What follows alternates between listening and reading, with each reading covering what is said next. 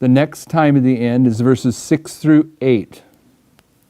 Okay, so let's read verses 6 through 8. At this point, all we're doing is looking for the time of the end. We will go back through, Lord willing, and make sure that we're familiar with all the details of these verses later on in this study. But in verse 6 it says, "And in the end of the years they shall join themselves together, for the king's daughter of the south shall come to the king of the north to make an agreement. But she shall not retain the power of the arm, neither shall he stand, nor his arm, but shall be given up, and they that brought her, and he that begat her, and he that strengthened her in these times. But out of the branch of her roots shall one stand up in his estate, which shall come with an army, and shall enter into the fortress of the king of the north, and shall deal against them, and shall prevail, and shall also carry captives into Egypt their gods, with their princes, and with their precious vessels of silver and gold, and he shall continue more years than the king of the north." Now, it would be nice if we all were real familiar with the history of those verses, but I have a hunch we probably aren't. But these verses are the key to open up Raphi and Peniam. Okay, so if you go up to verse 5, it's identifying, if you go before verse 5, it's identifying the disintegration of Alexander the Great's empire into 4 areas. But ultimately, those 4 areas are going to be consolidated into 2 areas. And in verse 5, one of those areas is the king of the south. It says, "And the king of the south shall be strong, and one of his princes." The king of Egypt had a general that was one of his main guys that's going to break away from him, and that general is going to go gobble up the east, the west, and the north. And he's going to have to overcome those 3 geographical areas. He initially was a general of the king of the south, but he takes control of the east, the west, and the north, and when he's conquered that 3rd geographical area, he's now the king of the north. And that's a truth that we need to deal with too as we proceed through Daniel 11 about these 3 steps of conquering. So in verse 5, that's what's going on. It says, "And the king of the south shall be strong, and one of his princes," this general, "and he shall be strong above him." This general is going to get stronger than the king of the south and have dominion. His dominion shall be a great dominion, because he's going to conquer the east, the west, and the north. So the way we mark this is that right here, this king of the north has just overcome the east, the north, and the west, and become the king of the north. And he's broke away from the king of the south. And from this point on in Daniel 11, it's going to be about the king of the north and the king of the south. And verses 6 through 8, it says at the end of the years. So we've got to mark the time here that he has consolidated his 3 conquerings. And then down here is the end of the years. And in here, there's going to be a truce, a peace treaty. Okay, so this is, I've seen this in my notes. This is 252. Let me see if I can dig all these dates out from my notes. Battle of Ipsus.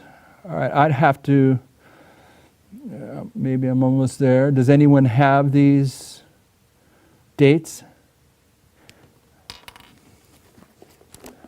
Okay, if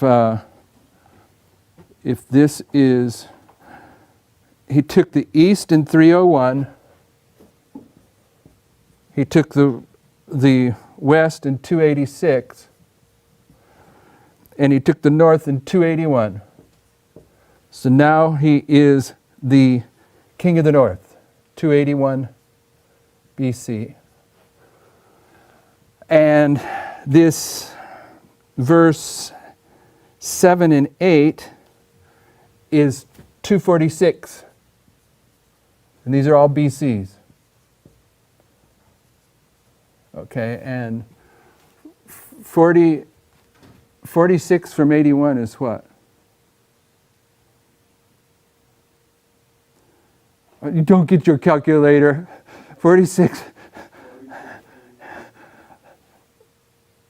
All right, use your calculators if you have to.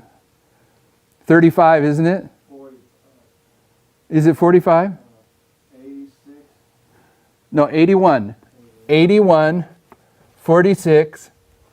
A 6 from an 11 is 5. And the 8 goes to 7, and 4 from 3 is 35. 35 and 46 is 81. So this period of time is 35 years. Okay, that's worth noting because this has given us the first witness to the 1260 years of papal rule.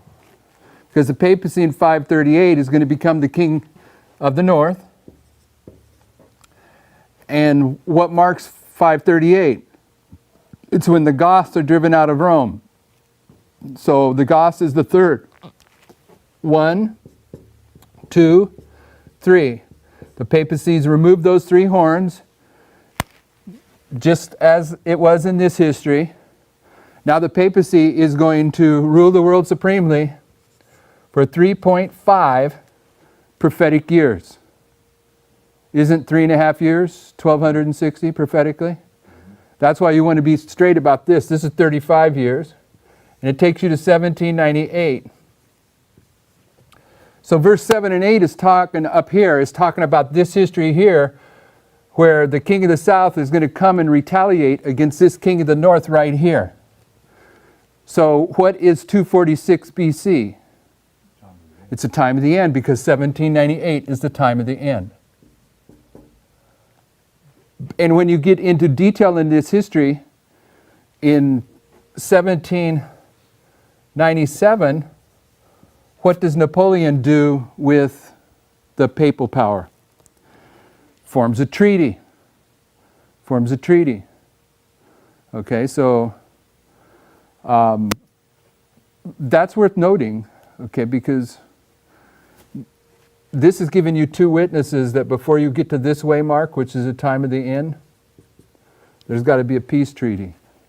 And this time of the end is going to come into our history as well. And it's going to give 2 witnesses that before you get to that waymark, there has to be a peace treaty. Okay, do you know what I mean? Okay, if this is, pardon me? Well, 1989, you might want to make that argument, but that's not the argument I'm making. I'm making the argument that here, the papal power ruled the world supremely for 1260 years, 3.5 prophetic years, 1260 years. But papal Rome was prefigured by pagan Rome, which according to Daniel 11:24, ruled the world supremely for 360 years. And what begins that 360 years is the Battle of Actium. And down here, the kingdom is divided.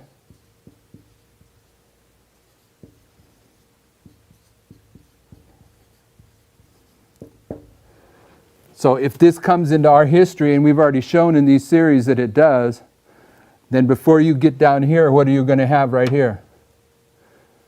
Some kind of peace treaty that's noted. Okay? But this history here, it takes place from the Sunday law until Michael stands up, and it also takes place from the midnight cry to the Sunday law. So among other things, these 2 lines are telling us something about a treaty. Okay, a treaty becomes a waymark that we need to put in place. But that's not exactly what we're dealing with now. All we're dealing with now is that verses 6 through 8 give us this history that we've dealt with before that takes us to 246 BC, and it typifies this history of the 1260 years. It takes us to 1798. So verse 6 through 8 marks the time of the end. You see that?